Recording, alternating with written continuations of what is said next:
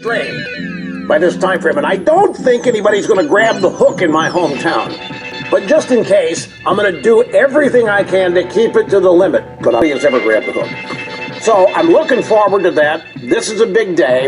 Kavanaugh hearings. I'm going to tell you why. Then we're going to get to this clown on Saturday Night Live who made fun of and laughed at a Republican candidate, a military man who lost his eye in combat, and they're joking about it, laughing about it on Saturday Night Live Saturday night with no apology forthcoming, and there won't be, I doubt. The guy was not a rogue performer. Everything in that show is scripted. They do 2 live rehearsals on Saturday night before the air version. So everything that happens on Saturday Night Live is intended to happen. What it says about the millennial culture in America today, and it's fairly good, but we'll get to that in due course.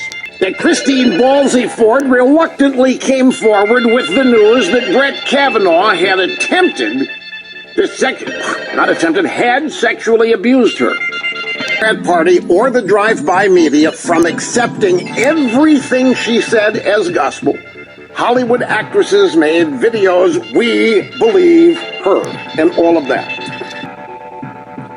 If Kavanaugh got confirmed that they were not stopping the investigation, they were going to continue to look into this and impeach Kavanaugh because this will not stand. She had no evidence. The drive-bys were not reporting that all 4 witnesses she named could not confirm because they said they weren't there.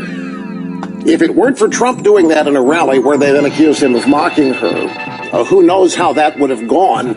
But Trump took the wind out of the Christine Ballsy Ford sails and the whole movement. And so as Molly Hemingway asked in a piece last week, where is it now? Kavanaugh was such a rotten guy that it was worth destroying his past, in his future. It was worth destroying his career, his life. It was worth destroying his family because the guy had no business being on the court. He was Democrats in the midterms. That's what the Democrats had planned. That's what the media had planned. Now you can't find a story on Kavanaugh except more and more evidence that it never happened. And a bunch of these women that Avenatti brought forward, claiming that Kavanaugh had participated in setting up gang rapes, are admitting they made it up. And yet you go back to the heat of the moment. How many of your friends believed it?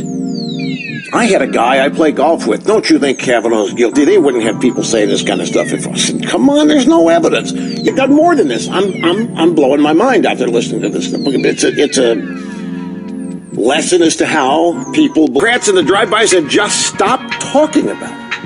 They've stopped promising to do more investigations. They've stopped talking about it in general. It doesn't mean they're not going to try to get rid of the guy if they win the mechanisms to do so, but it won't be because he's guilty. It'll be because they just don't want him there. It'll be like there's a little bit of added news here, folks. On Saturday, Senate Judiciary Committee Chairman Chuck Grassley released the committee's report on her allegations, and what did it find? There is no evidence to support the allegations made by Christine Ballsy Ford. And yet, with the assistance of the drive-by media, over something for which there is and was no evidence. Information process. Conclusion, no evidence to support. Isn't any evidence. There never was, and yet look what happened. Everybody instinctively knew this was BS, but they still brought those hearings to a dead, screeching halt and demanded a new FBI investigation for which no evidence could be found because there wasn't any evidence. The reason I'm bringing this up, for those of you who haven't voted, this is a teachable moment. This is your Democrat Party today. You can't believe any of the allegations they make against any of their political enemies. They make it up. They do not tell the truth about who they are. They mask that, they camouflage that, but they lie about their opponents.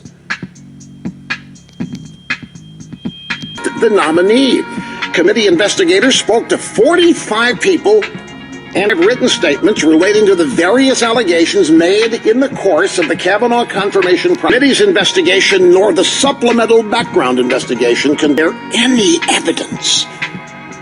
A bunch of lies, things that never happened. Why have the Democrats in that committee not put out a competing anything to this? And again, I'm but trying to inform and educate people. Away with it because of powerful friends somewhere. Folks, there was never anything to it. There was never anything to the Clarence Thomas, Anita Hill stuff. There was never anything to the Robert Bork allegations, which were really, not even based on criminal intent or behavior. There never is. This stuff just gets made up as October surprises. The Clinton paid-for dossier that was designed to prove that Donald Trump colluded with Russia. Not true. And what do we have? I heard Alexandria Ocasio-Cortez over the weekend saying, well, if we win, we're going to go after Trump on the, wait for it, emoluments clause. You know what that is? She said, yeah, President Trump hasn't shut down his businesses, and so he's still profiting from his businesses while serving in office. That's a violation of the emoluments clause after 2 years of all this? You've tried to ruin Donald Trump. You've tried to ruin his family. You've tried to damage this country to no end, and the emoluments clause after 2 years. We have a special counsel investigation. Who knows how many people are going to be ruined by that? And all of this is made up.